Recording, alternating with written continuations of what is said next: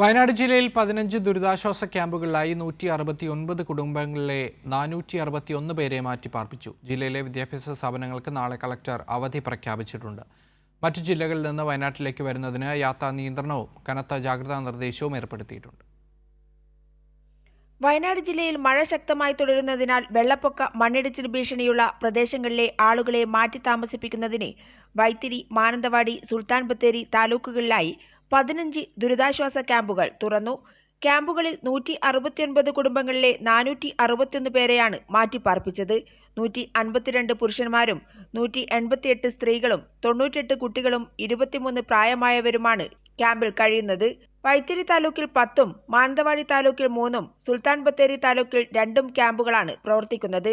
വൈത്തിരി താലൂക്കിലെ Kappuvayal GLP school, Sugandhagiri government UP school, Muttil WMO college, Muttil WMO orphanage, UP school, Chundel HIM school, Idiyamvayal community hall, Meppadi Jaihind anganwadi, Thariyode government high school, Munderi GVHS school, Achooranam LP school എന്നിവിടങ്ങളിലാണ് ക്യാമ്പുകൾ തുറന്നത്.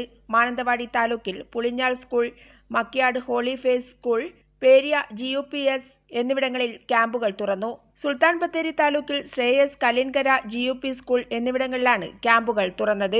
മഴയിൽ വെള്ളം കയറി ഒറ്റപ്പെട്ടു പോയ പന്നിയോറ കരുവേപ്പിൽ ഉന്നതിയിൽ നിന്നും 18 ദിവസം പ്രായമായ കുഞ്ഞിനെ അടക്കം 10 പേരെ ഫയർഫോഴ്സിന്റെ ഡിങ്കി ബോട്ടിൽ ഇക്കരെ കടത്തി ക്യാമ്പിലെത്തിച്ചു. കേന്ദ്ര കാലാവസ്ഥാ വകുപ്പിന്റെ ജാഗ്രതാ നിർദ്ദേശം അനുസരിച്ച് ജില്ലയിൽ റെഡ് അലർട്ട് പ്രഖ്യാപിച്ച സാഹചര്യത്തിൽ ജില്ലയിലെ മതപഠന ക്ലാസുകൾ, ട്യൂഷൻ സെന്ററുകൾ, കോച്ചിംഗ് ക്ലാസുകൾ, സ്പെഷ്യൽ ക്ലാസുകൾ ഉൾപ്പെടെയുള്ള വിദ്യാഭ്യാസ സ്ഥാപനങ്ങൾക്ക് ഇന്ന് ജില്ലാ കളക്ടർ അവധി പ്രഖ്യാപിച്ചിരിക്കുകയാണ്.